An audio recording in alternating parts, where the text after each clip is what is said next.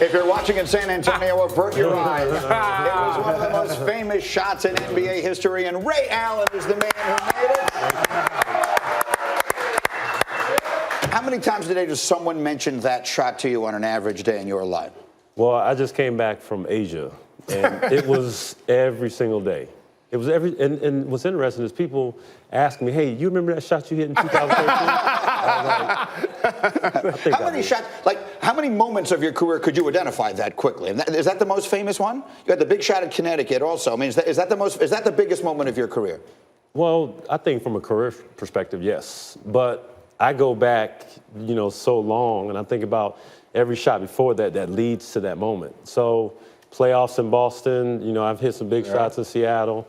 Like, it's one thing for the people to brand that, but for us, we remember those early stages as well. All right, I shouldn't have gotten ahead of myself. We welcome Ray Allen. We are delighted to have him here. Yeah. Let's set ourselves up here. As always, we come to you live from above the Heineken River Deck at Pier 17, and here's what's coming up this hour with this fella in our studio. We're getting up with Russell Westbrook, whose team is going down. OKC in big trouble, and their superstar knows who's to blame. We'll talk about it in a minute. Plus, now that Russell has his money, is Dallas next in line to pay their quarterback? Would that be fair, or would that be a huge mistake? We've got answers to those questions. And is it a stone cold lead pipe lock that Kyler Murray is going number one? Because someone we trust is saying, not so fast. All that and more in this hour of Get Up, which starts right now in Portland. Thunder, Blazers, Game 2. Jalen, Paul George not 100%, right? He's got the shoulder. That's a shoot-around early in the day. I know a team that could use Ray Allen. OKC, get out the checkbook. Let's not get ahead of ourselves. We've got a highlight to work our way through here. George with a step-back three there. He would score 16 points in the first half. Thunder of a 9-point lead. Then weird moment. Look at RJ. Look at Russell Westbrook and Dame Lillard. They don't like each other. No, and it's okay to not like each other. I think this is what makes basketball fun. This is why this is the most intriguing first-round matchup that Sean Farmer talked about. It's like you want to see guys that don't like each other. How the game changed. A love tap when we think that they're having an altercation. All right, CJ McCollum knocks down that three right before the halftime buzzer, and we would go to halftime all tied in Portland. Third quarter now. Watch this sequence between the two great point guards. Lillard guarding Westbrook, giving him room. Westbrook can't make it pay. We go the other way, and look what Dame Lillard does. Well, he let Russ know that he was open for a reason, and then he let him know he's going to pull up from 35 in his grill. You cannot spell Lillard without MVP.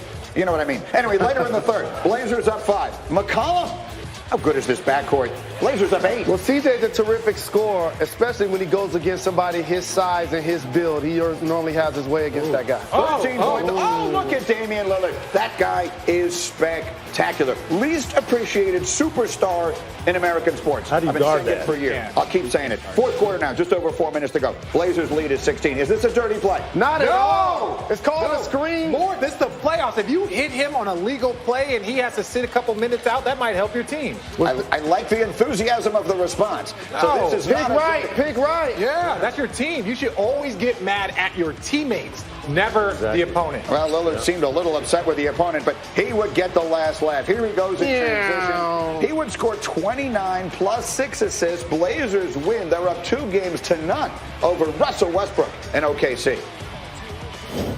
Start with myself. I got to play better. And tonight, the loss, I'm gonna take full responsibility of tonight because the way I played was unacceptable, and I'm gonna be better. So I'm not worried one bit. All right, so these guys are yelling at each other while the sound is running. Ray, I will give you the floor first. What are you seeing in this series, in particular, in the struggles of OKC, a team that many of us think have maybe still think, have a chance to make a run to the Western Conference Finals? Welcome to playoff basketball. We've all been in situations where you go down 2 if you're the lower seed. Like now they have to go back to OKC and hold suit. And what I'd like to, while we were running the highlight there, I'm not sure if it was audible on the air, Jalen and RJ were commenting, but you sort of said quietly on one of those shots by Damian Lillard, how do you stop that? I heard you say that sitting next to me. I believe he's extraordinarily underappreciated. Give me your sense on Dame Lillard. Well, if you think about playoff basketball, we talk about matchups, when it comes down to the 5th, 6th, and 7th game in a series. And when you see stuff like that he does, like you can't guard that. You can't pull that up on a stat sheet or a game plan. players now, they come to play. And if you put up a performance like that, what are you looking at the next day on game film? And let me throw this at you, RJ, okay? I had Hembo do a little work for me here. Dame Lillard and CJ McCollum last night combined to score and assist on 88 points out of 114. They outscored OKC's backcourt 62-21. They've also shut down their opponents. The Thunder have shot 29% in this series against Lillard or McCollum. Russell Westbrook has no assists and 6 turnovers in this series when being guarded by Dame Lillard. If I said to you, with the possible exception of the Splash Brothers, this is the best backcourt in the NBA, what would you say? I couldn't agree with you more. The only other one that you could say is James Harden and Chris Paul, if you want to consider that backcourt. Yeah. But really, when you're talking about that's the elite of the elite. You're talking about MVP. You're talking about multiple MVPs and multiple championships. So when you're considering them in that same conversation, and I think that's really what needs to be done. And also a level of growth. Remember, they've gotten swept out of the playoffs the last 2 seasons. Now they get a chance to host as a higher seed against a team that they don't like, a team that beat them 4 times in the regular season. And so they've come out with a level of discipline and a level of focus. How about the fact that Dame has made as many threes as the Oklahoma City team? You can't win like that. Damian Lillard is a guy who a couple of years ago, Jalen, you and I have talked about this many times, Ray, at the All-Star game, he competed in all of the events. He competed in the three-point contest, he competed in the dunk contest, he competed in the skills challenge. There's not too many guys in the world who can do that. Yeah, and if you look around the NBA, like most people are talking about the Thunder, most people are talking about the Golden State Warriors, they're talking about the Rockets. We haven't mentioned the Trailblazers for the majority part of the season. So now they're on main stage.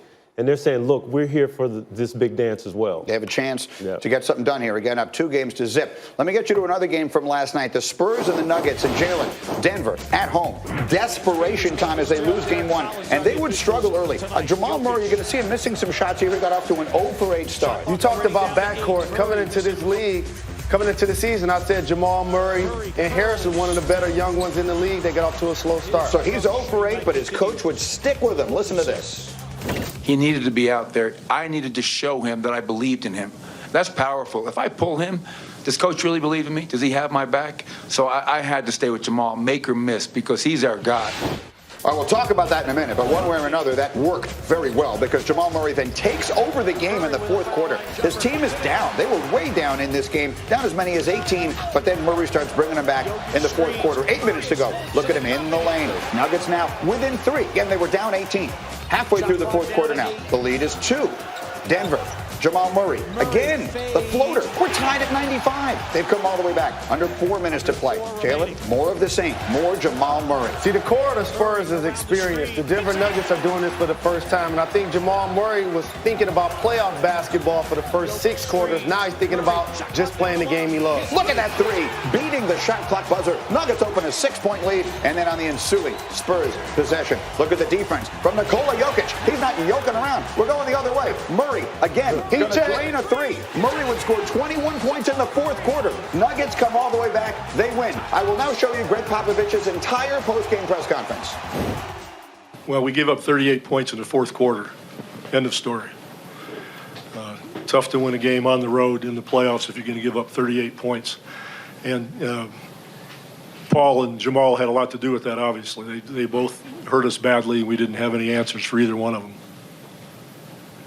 Your thoughts on going back to San Antonio with the split? I mean, that's kind of what most road teams do want to do in the first 2, correct? Sure.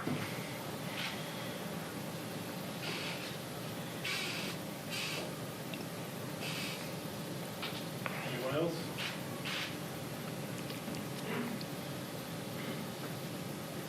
Thank you.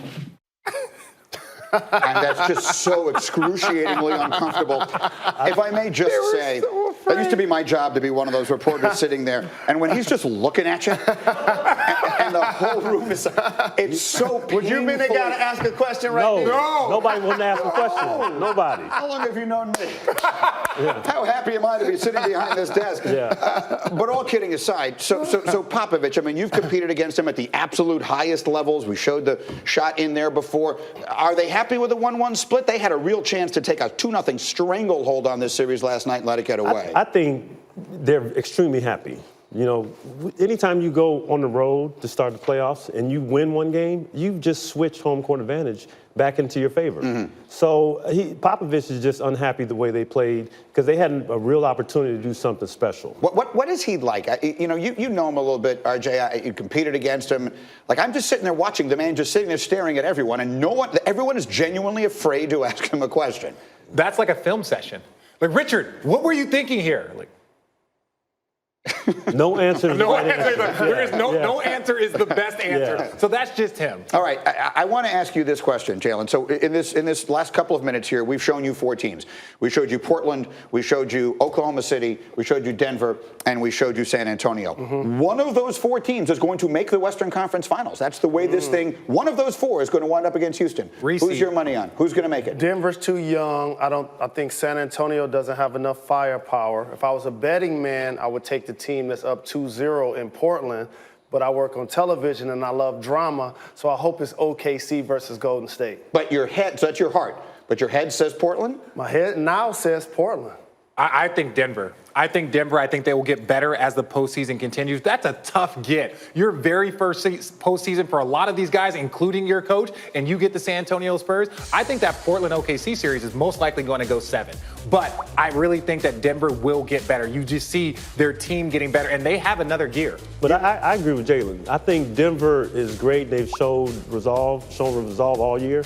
But we're talking about the playoffs now. Like, do they get better over the course of the season?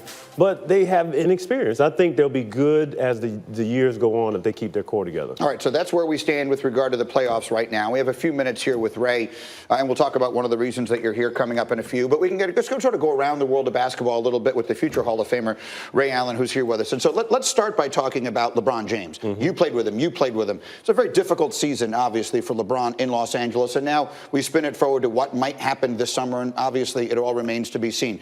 From your perspective, what is it like playing with him? Because we hear now so many of the top-level free agents, it does not appear any of them are dying to go sign up and play with LeBron James. Well, I just think the landscape has changed. When you look at, all the teams that have the potential to be successful, you look at the Celtics, you look at, what OKC has done, now, like Paul George, is he really considering leaving?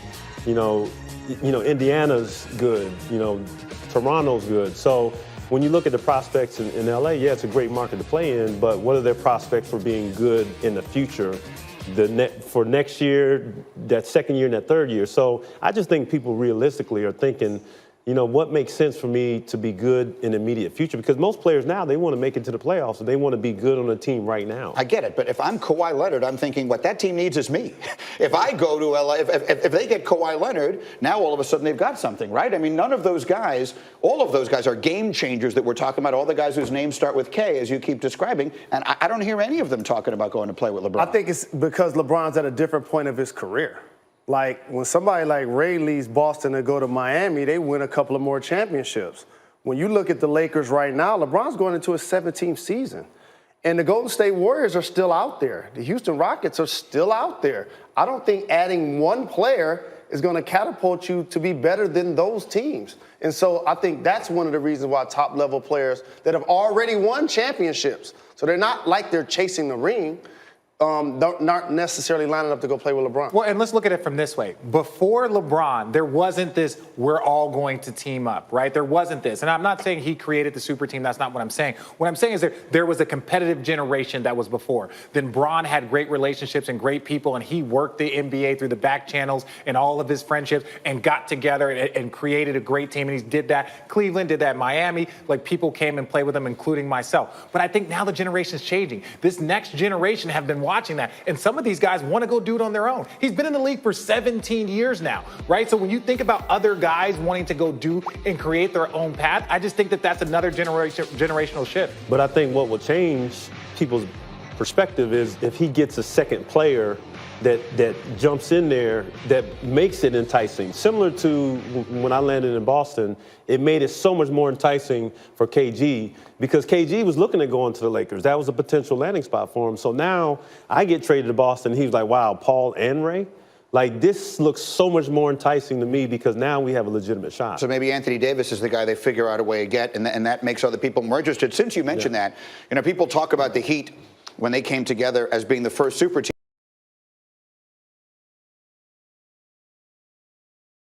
Free agents, but you and Paul and KG. As you look at the whole super team conversation now, how do you view it through the eyes of one who was on that group in Boston and won that championship? Well, it was interesting because it was almost done organically through, off-season trades, just the way they grew their young players in Boston and used those pieces to move them around and to bring people into the market that can help win. It almost seemed like that's the way GMs are looking for that next hit, as opposed to the players now controlling that process. So, now it's like it's a great situation for players now for us to push the agendas and make sure that we land in great spots. But from a fan, we want to be able to see that same competitiveness where guys don't all land on the same. I get it, but when you all came together, again, you were put together more than you decided to come together, but you all had to put your agendas aside, right? Yeah. I mean, Paul was doing his thing, that was his team, and you come in as a star, and then KG comes in as one of the biggest stars in the league. How did that work? And as we sort of spin it to the way these guys are doing it today. Well, it's interesting because you can't all be the same person. Like, you want to all take the same shot. Everybody wants those 16 shots a game that you shot in the previous year. I was averaging 28 points a game in Seattle, to then come to Boston, and I'm now 16 shots. You were taking 20 shots, right? 20. It was 20. You were taking 20 shots. It was like 10 for 20. It was like 10 for 20. I played against him and Richard. Like 8 for 9 from the free throw line. My bad. I've been out for a while. 16 shots. 16, 16, 18. Yeah. Kerry Kittles was sweating chasing him around. Kerry Kittles was sweating. But 16 shots. But you're giving us halftime statistics at this point. Hey, I was getting it up. Almost 25, 30. I was getting it up, but not like these guys get it up now. Correct. Oh, there we go. Let's talk about that. James Harden attempts. Threes. Like these guys, I'll say this because he's sitting here. Like, now it's a volume three-point shooting league. Before, guys like myself, who wasn't much of a shooter, you miss one or two, you ain't shooting no more. No. Guys like this and Reggie Miller, if those guys was taking 23s in a game. Paul George went 4 for 15. Like 4 for 15 in a playoff game. How many shots would you score in a game if you played 23? How many points did you score? I always have to point out to my sons when we're watching the game, I said, look, he's 5 for 18 from 3. Only. And that's the thing. If I shot 5 threes in the game, I was like, wow, I settled. Yeah, you settled. Yeah, and coach was always yell, like, get it on the inside. That's where I think the game is going to change, because there's young kids around America right now watching that these teams are donut teams. They got a hole in the middle. So if this 7-footer comes along and he has great post moves, it's going to change the game around tremendously, because we're going to have to go back to throwing the ball on the inside. But right now it's just gone so crazy over the other side. If I was playing today, I honestly feel, I would shoot maybe 15 threes a game easy and not bat an eye. And maybe average 30 points a game along the way to do it. All right, so I have to ask you this. Yeah. At your pinnacle, whatever year it was you think you were at your best, 3-point shooting contest, Ray Allen versus Steph Curry, who wins? It's tough to say. I mean, I know it's tough to say. Steph is he's a great shooter. I like my chances against anybody. Say it again. But it's I don't even think, a lot of times I was the best shooter on my team. When I played in Boston, I thought Eddie House was the best shooter on the team. When I was in Miami, James Jones and Mike Miller were the best shooters on the team. Just being able to shoot with them every day gave me that confidence to go out in the game to really push forward. So that's what made me work harder. So I always felt like, if I missed, then I wasn't going to be as good as people thought I was. Go ahead, Richard. I am a 10th of the player that he is, and I wish I could be this humble. I wish I could be this humble. But that's the difference between shooting and scoring. Okay? This man, and my thing is this, even playing against you, and people don't know. A lot of people know the Miami. A lot of people know the Boston. Like, we remember the Seattle. Like, I remember you at UConn, going against Kerry Kittles, going against Allen Iverson, like the Big East battles. They don't understand how many other things that you were able to do. So you were, and one of the things I talked about Paul George going 4 for 15 is like, Paul, you can do so much more on the basketball court than just to chuck up threes if you're not hitting that night. And you were one of those guys. If one of the greatest shooters of all time shot 5 threes and then thought he was settling. That just shows you a different mindset that the game of basketball has, and it's not always good. A great player like Paul George shooting that many times and not making it when he can do so much else. That's why we have to be careful when we try to compare from generation to generation, because we know when we played, when we came in, the game was totally different. the rules. We didn't get to the free throw line like they do now. You get knocked on your butt. It was get Going up the and get other back way. on defense. Yeah. And Ray is with us this morning as you have partnered up with Maserati. What can you tell? We have some photos, I know. Tell us what boy. you're doing That's with the Maserati blue Well, suit. yeah.